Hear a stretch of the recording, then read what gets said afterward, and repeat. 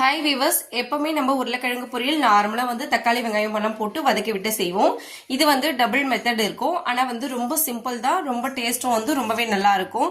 உருளைக்கிழங்க 2 விசில் போல விட்டு எடுத்துக்கலாம். அதுக்கப்புறம் தவால எண்ணெய், கொஞ்சமா உப்பு, மிளகாய்த்தூள், மஞ்சத்தூள், உங்களுக்கு காரம் அதிகமா வேணும்னா அந்த அளவு சேர்த்துருங்க. சேர்த்துட்டு இந்த வேக வச்சிருக்கிற உருளைக்கிழங்க இந்த மாதிரி பீசஸா கட் பண்ணி எடுத்துக்கலாம். மசிச்சு விடக்கூடாது, பீசஸா கட் பண்ணதான் கட் பண்ணணும். ரொம்பவும் வேக வச்சு எடுக்கக்கூடாது உருளைக்கிழங்க. இப்போ கரண்டி வச்சு மசிச்சு விடாம அப்படியே மேலோட்டமா இந்த மாதிரி திருப்பி விடணும். ஒரு 10 நிமிஷம் அடுப்பை மீடியம் ஃப்ளேம்ல வச்சு நல்லா ரோஸ்ட் பண்ணி எடுத்துக்கலாம். நல்லா உருளைக்கிழங்கு ரோஸ்ட் ஆகி வரணும். கலர் இந்த அளவு சேஞ்ச் ஆகி வரணும். அது வரைக்கும் நல்லா ரோஸ்ட் பண்ணிட்டே இருங்க. அடுப்புல வச்சுட்டு நம்ம வேற ஒர்க் செஞ்சோம்னா இது கருகிடும். பக்கத்திலேயே இருந்து ஒரு 5 நிமிஷத்துக்கு ஒரு முறை திருப்பி விடணும். ஃபைனலா பெப்பர் ஆட் பண்ணிக்கலாம். உங்களுக்கு பெப்பர் வேணும்னா சேர்த்துக்கோங்க, இல்லைனாலும் பரவாயில்ல. இப்போ இந்த உருளைக்கிழங்கு ரோஸ்ட் பண்ணி எடுத்தாச்சு. அடுத்ததான் தாளிச்சு விட்டுடலாம். எண்ணெய் ஊத்திட்டு கடுகு சேர்த்துருங்க. கொஞ்சமா ஜீரகம், வெங்காயம் பொடி பொடியா கட் பண்ணி நிறைய வெங்காயம் சேர்த்துடலாம்.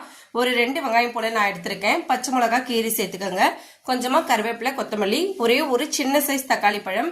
பெரிய சைஸா இருந்தா பாதி தக்காளி பழமே போதும். கொஞ்சமா சால்ட் ஆட் பண்ணிக்கோங்க.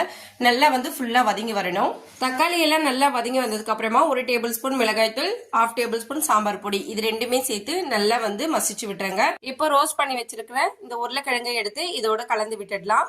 ரொம்ப கலக்கி விடக்கூடாது. லைட்டா கரண்டியால இப்படி மேலோட்டமா மிக்ஸ் பண்ணி விடுங்க.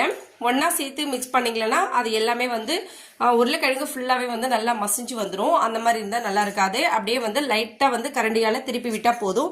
இந்த உருளைக்கிழங்கு பொரியல் ரெடி ஆயிடும். இந்த மாதிரி நீங்களும் ட்ரை பண்ணி பாருங்க. ரொம்ப டேஸ்டியா இருக்கும். பருப்பு சாம்பார், வெரைட்டி ரைஸ்க்கெல்லாம் ரொம்ப நல்ல காம்பினேஷனா இருக்கும். நீங்களும் ட்ரை பண்ணி பார்த்துட்டு எப்படி இருக்குன்னு சொல்லிட்டு கமெண்ட் பண்ணுங்க. என்னோட சேனல் பிடிச்சிருந்தா சப்ஸ்கிரைப் பண்ணுங்க. தேங்க்யூ.